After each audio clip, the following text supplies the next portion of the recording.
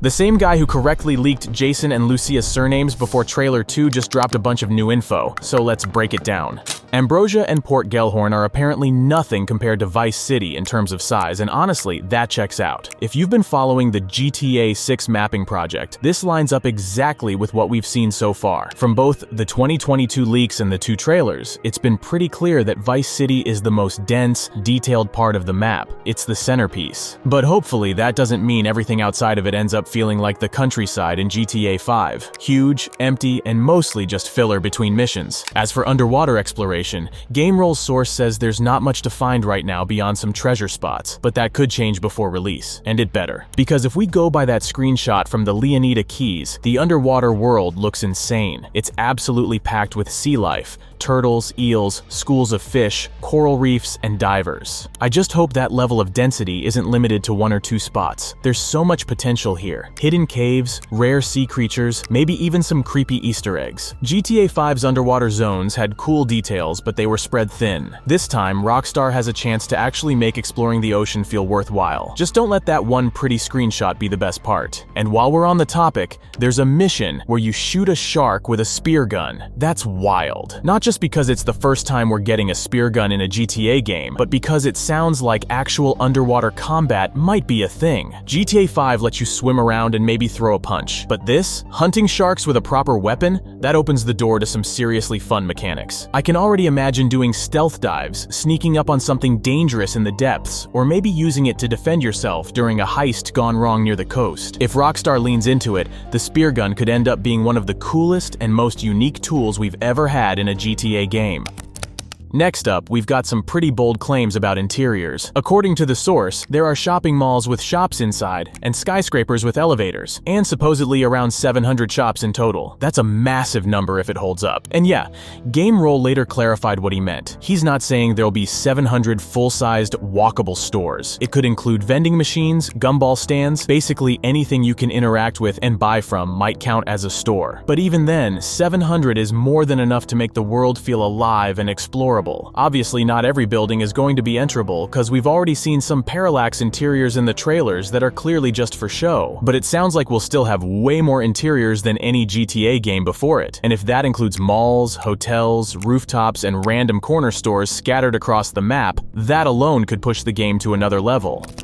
And now something we pretty much knew after analyzing trailer 2, especially if you've seen my previous videos. GameRoll confirmed that the shot of Jason walking out of the store with a 6-pack of beer is full gameplay. You can literally walk into a shop and buy a 6-pack. And if you look closely at Jason's animation in that scene, it's clearly looped. His movement has that typical player-controlled stiffness, not cinematic smoothness, so it lines up. What I'm still curious about, though, is what happens after you buy it. Like, can you toss the 6-pack in your car's trunk, drive it home, and chill with it there? Or can you just grab a beer straight from the pack and start drinking on the street? Knowing Rockstar, both are possible.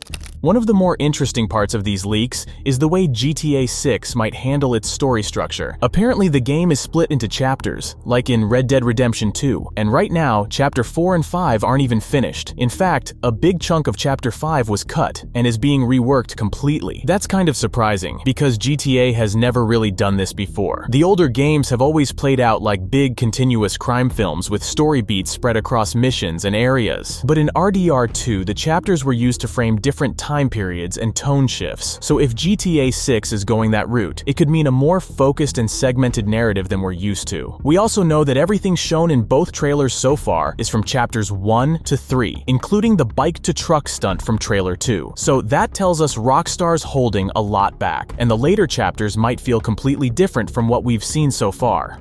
Now, about Lucia's kid. That's another layer that ties into this whole chapter structure. According to GameRoll's source, you briefly see the kid early in the game, but they weren't seen again in anything the source played through chapters 1 to 3. We do see what looks like a child sitting next to Lucia in one of the Grass River's screenshots, so it's likely connected. And while GTA has never really had children before except Vice City Stories cutscene, Red Dead 2 proved Rockstar knows how to write them into stories, like Jack Marston or even the street kids in Saint Denis. But I wouldn't expect to see kids just casually casually walking around Vice City. Including children in gameplay could create a whole set of problems they probably don't want to deal with. So if Lucia's kid is in the game, it's probably handled through cutscenes, flashbacks, or key moments in the story, especially if it ties into her motivation or adds emotional weight later on.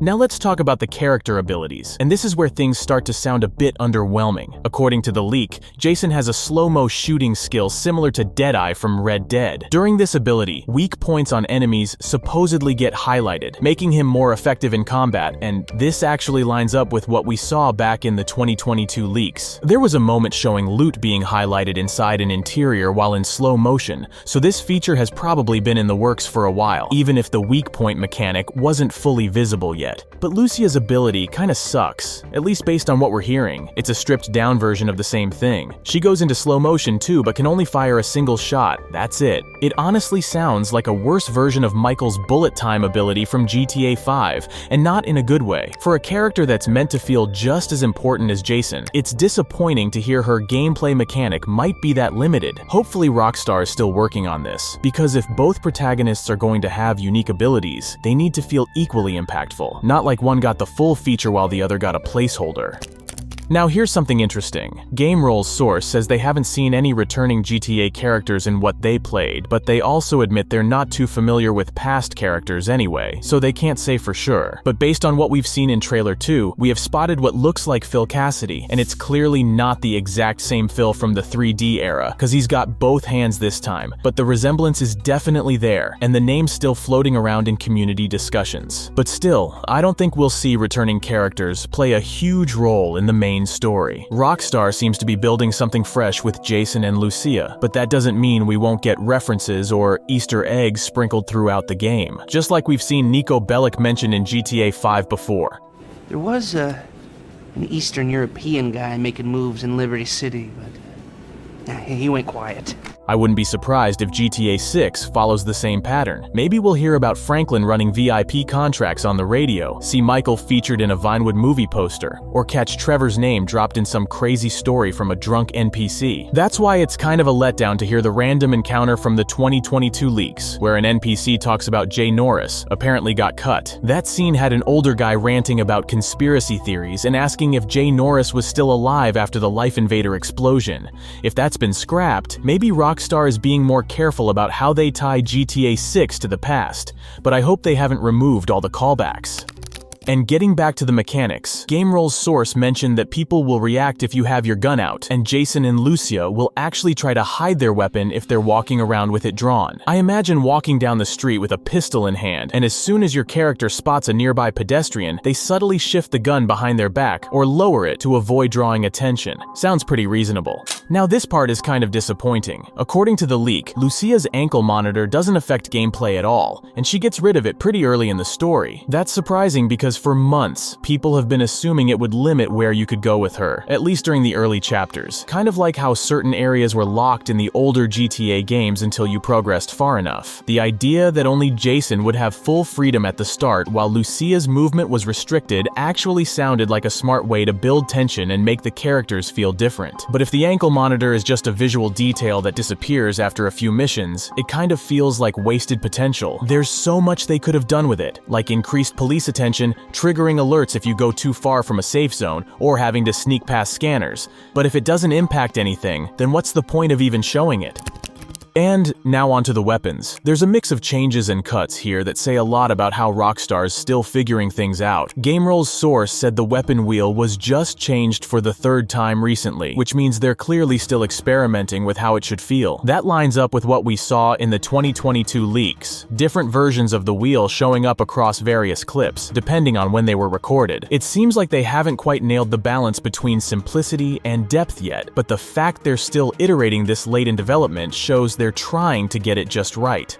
Also, the map is still rectangular like in GTA 5, and mission waypoints are pink now. As for prone movement, it's reportedly been cut entirely, which is weird because one of the old leaked clips showed Jason crawling into a shed in a prone position, but maybe that wasn't even meant to be a gameplay mechanic. Could have just been a cutscene animation being tested in engine, not something we were ever going to control ourselves. If true, it sucks to lose that kind of tactical movement, especially in a game that's supposedly pushing realism. And yeah, dual wielding was apparently never even in the game to begin with. Disappointing, but honestly it makes sense when you look at the direction they're going. From what we know so far, you'll be limited in how many weapons you can carry at once, with the rest stored in your car trunk or duffel bag. So if they're cutting back on that walking arsenal vibe, dual wielding probably didn't fit that more grounded style. It still stings a bit, but at least it sounds like it's all part of a bigger design choice.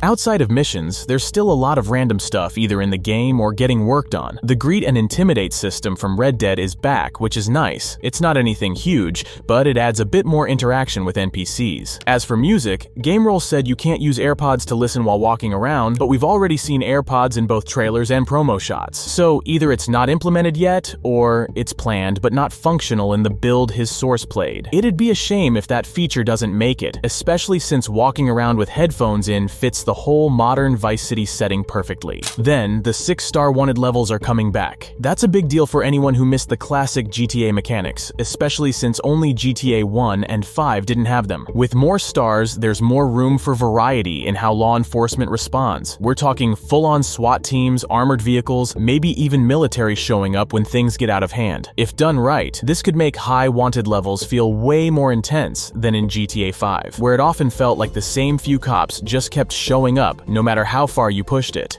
Weight mechanics are back, just like in San Andreas, so your character's body will change depending on what you eat and how much you move around. If you eat junk or stay inactive, you'll gain weight, and if you work out, you'll lose it. And yeah, it affects how you move, how much you can run, and maybe how well you fight. Driving is supposedly the best it's ever been, which honestly sounds promising, especially if it lands somewhere between GTA 4 and 5. Not too floaty, not too arcadey. Obviously, nobody's expecting some full-on sim racer. That's not what GTA is about. But it'd be great if this time around, tuning actually had real impact. Like if you install sport suspension, it shouldn't just slam the car model down onto the wheels like in GTA 5. That just breaks the suspension visuals and doesn't really do anything to the actual handling. Now about pets, you won't be able to buy any, but Jason apparently has a pet iguana that you can feed. And in trailer 2, we literally see an iguana wearing a tiny pink shirt walking near his house, so that might actually be true. It's definitely not a deep gameplay feature, but sounds fun. And yes, male strippers are in the game for the first time ever in the series. We've always had female strippers in GTA, so this is the first time Rockstar's including something for players who'd rather walk into a club and see dudes dancing instead. The social media system is apparently still bare bones, and it makes sense. It's probably one of the trickier systems to get right, especially if they're trying to parody real platforms. But considering how central influencer culture is now, it would feel like a miss if they don't go all in with it.